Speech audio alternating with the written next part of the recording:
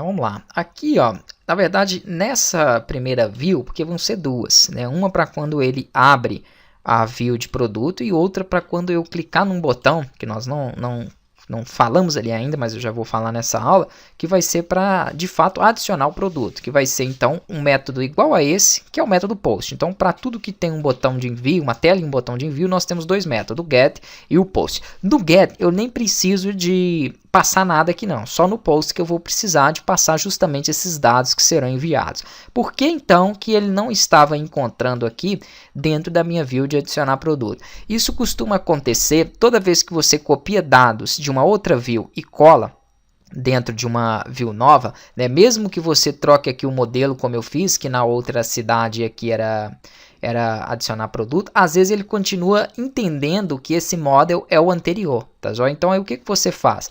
É só você alterar qualquer página, qualquer item aqui, ó. Então eu recortei, colei de novo e dei um Ctrl S, e aí ele já voltou para mim, né, com aquelas informações ali. Opa, deixa eu colar aqui de novo.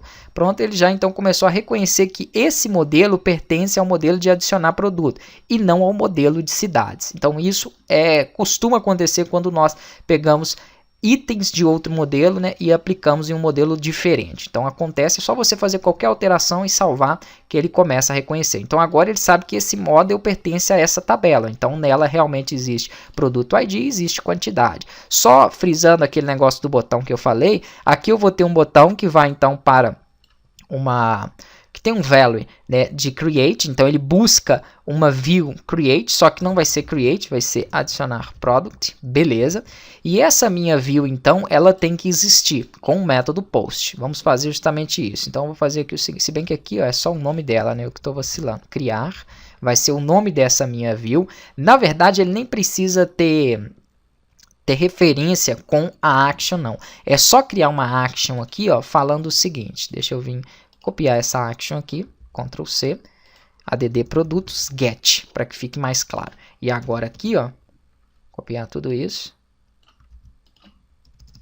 add produtos, post, pronto. Ele sabe que esse post são dados que virão do formulário, então não precisa nem de referência. Aqui ele só colocar um HTTP post como tem nos outros aqui, ó.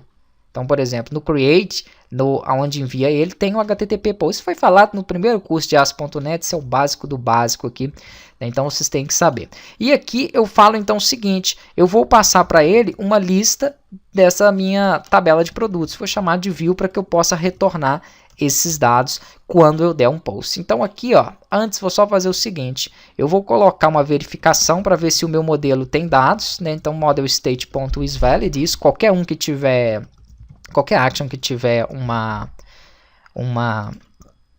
post, um envio de dados, vai ter essa verificação ser levada. Pode olhar ali abaixo, caso vocês queiram, né? Então aqui, vamos criar uma variável de produto para poder definir, né, o que virá desses produtos do banco de dados. Então, eu vou pegar aqui o meu dbproducts.find.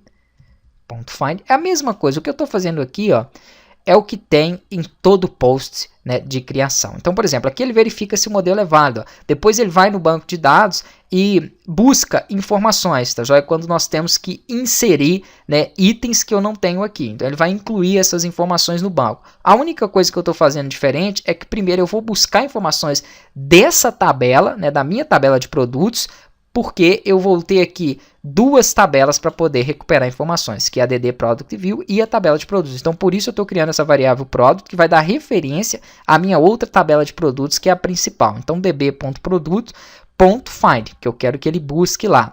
Busque quem? Né? O meu objeto através do produto ID.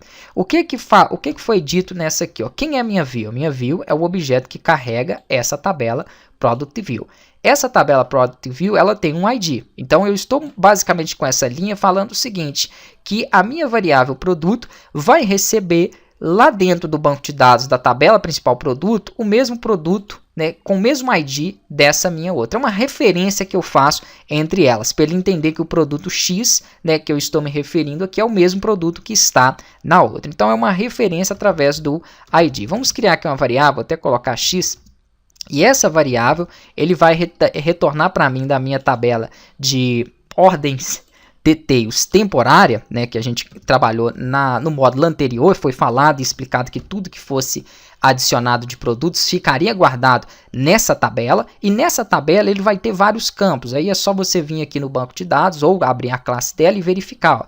Perdão, o banco de dados a gente não inseriu no modelo relacional, né? Então ela não vai estar ali. Eu falei que não precisaria ser uma tabela que estaria na entidade relacional. Ela está aqui. Ó. O que eu tenho que passar para ela? Eu tenho que passar o usuário, né? Eu tenho que passar o produto, a descrição, o preço, várias informações. Então é isso que eu vou estar recuperando aqui dentro, tanto da tabela produto, que eu queria uma referência, quanto da tabela ADD Product View. Então na próxima aula a gente vai recuperar esses dados aqui.